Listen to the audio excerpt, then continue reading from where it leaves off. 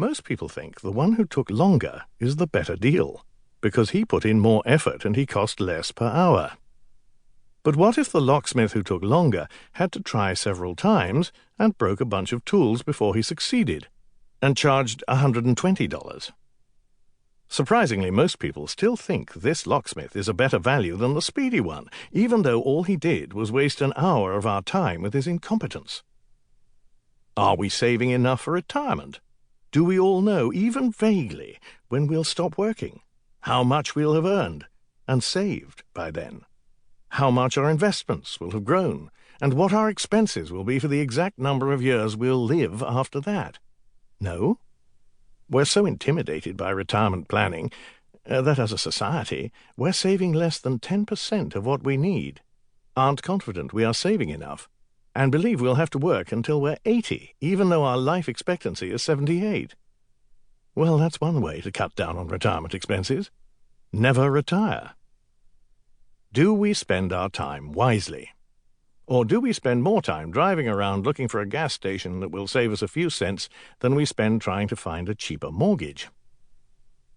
Not only does thinking about money not improve financial decision-making, but sometimes the simple act of thinking about money actually changes us in deep and troublesome ways.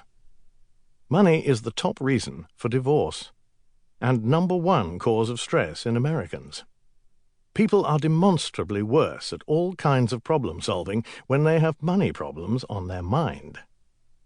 One set of studies showed that the wealthy, particularly when reminded they are wealthy, often act less ethically than the average person, while another study found that just seeing images of money makes people more likely to steal from the office, hire a shady colleague, or lie to get more money.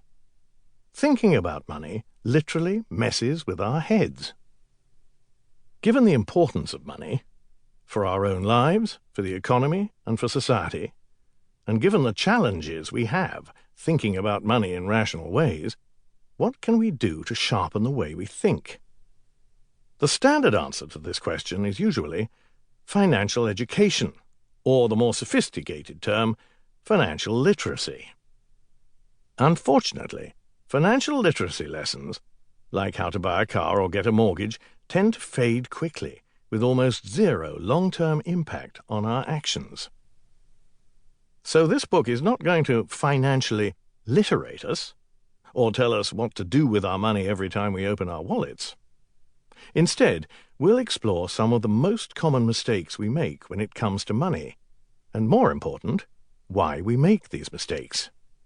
Then, when we face our next financial decision, we might be better able to understand the forces at play and hopefully make better choices, or at least more informed ones. We're going to introduce a bunch of people and share their money stories. We'll show what they did in certain financial situations. Then we'll explain what science tells us about their experiences. Some of these stories are real, while some are, like the movies, based upon a true story. Some of the people are reasonable, some are fools. They might seem to fit certain stereotypes, because we'll emphasize, even exaggerate, some of their characteristics in order to highlight certain common behaviors. We hope everyone recognizes the humanity, the mistakes, and the promise in each of their stories, and how they echo in our own lives. This book reveals how we think about money, and the mistakes we make when we do.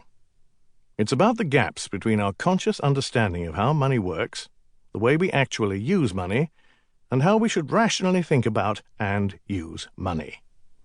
It's about the challenges we all have reasoning about money, and the common mistakes we make spending it. Will we be able to spend our money more wisely after reading this book? For sure. Maybe. A little bit. Probably.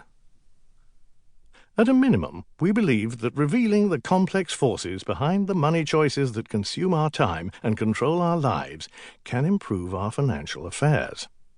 We also believe that by understanding money's impact on our thinking, we will be able to make better non-financial decisions. Why? Because our decisions about money are about more than just money. The same forces that shape our reality in the domain of money